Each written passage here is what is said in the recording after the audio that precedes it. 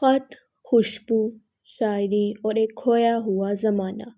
ترقی نے ہمیں ای میل، میسج اور فوری رسائی تو دی، مگر وہ خاموشی چرا لی جو کسی سادہ سے لفافے میں لپٹی ہوتی تھی۔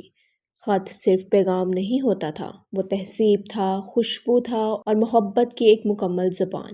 صرف ایک خط لکھنے میں کئی دن، کئی سوچیں اور کئی دھڑکنیں صرف ہوتی تھیں۔ ہم خط لکھنے سے پہلے قلم کو سنوارتے، کاغذ کا انتخاب کرتے اور کئی بار جملے مٹاتے، نئے لکھتے کہ کہیں دل کی بات غلط نہ اتر جائے۔ لفافے کو چومنا، اسے سونگھنا، بار بار پڑھنا اور کسی خاص لفظ پر رک جانا، یہ سب خط پڑھنے کے وہ تجربے تھے جو صرف محسوس کیے جا سکتے تھے، بیان نہیں۔ پہلے خط کے اوپر شاعری ہوا کرتی تھی، کسی کونے میں دل بنا ہوتا تھا، کہیں دو پھول، کہیں محبوب کا نام اور کہیں بس ایک خاموشی جو بہت کچھ کہہ جاتی۔ اور وہ لمحے جب ہمیں لفافے کو سونگھتے تھے، اس میں صرف الفاظ نہیں، دعائیں، جذبات اور محبت کی خوشبو ہوتی تھی۔ خط ایک پیغام نہیں، ایک مکمل تہذیب تھا، ایک ایسا تعلق جو صرف تحریر سے نہیں، احساسات سے بندھا ہوتا تھا۔ جب میں 11ویں جماعت میں تھا، نانی کے گھر کے قریب ایک چھت پر ایک لڑکی نظر آتی تھی۔ اس کا گھر کچھ فاصلے پر تھا اور وہ مجھے کبھی دیکھتی نہیں تھی، یا شاید میں یہی سمجھتا رہا۔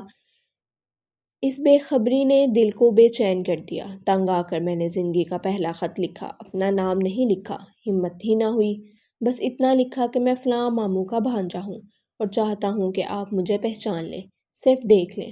اس خط کو میں نے احتیاط سے ایک چھوٹے پتھر میں لپیٹا اور اس کے گھر کی عقبی گلی میں جا کر چھت کی طرف اچھال دیا۔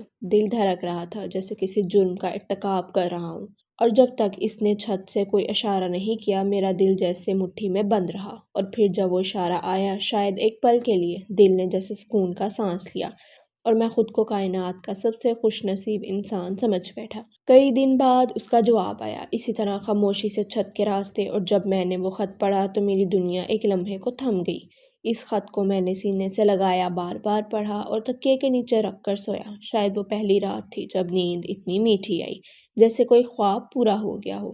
آج کا دور بدل چکا ہے، ای میل، واٹس ایپ، فیس بک، انسٹاگرام اور اب تو اے آئی چیٹ بوٹس بھی آ گئے ہیں، مگر سوال یہ ہے، کیا ان سب میں وہی جذبہ، وہی طرب، وہی تھرتھراہٹ ہے جو خط لکھنے یا پڑھنے میں ہوا کرتی تھی؟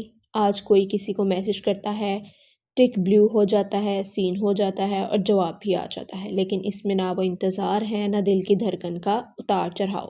ہمیں بتایا جا رہا ہے کہ اگلی نسل واٹس ایپ کو یاد کرے گی جیسے ہم خط کو کرتے تھے۔ ہو سکتا ہے ایسا ہو، لیکن وہ خوشبو، وہ تہذیب، کیا اسے ڈیجیٹل دنیا کبھی لوٹا سکے گی؟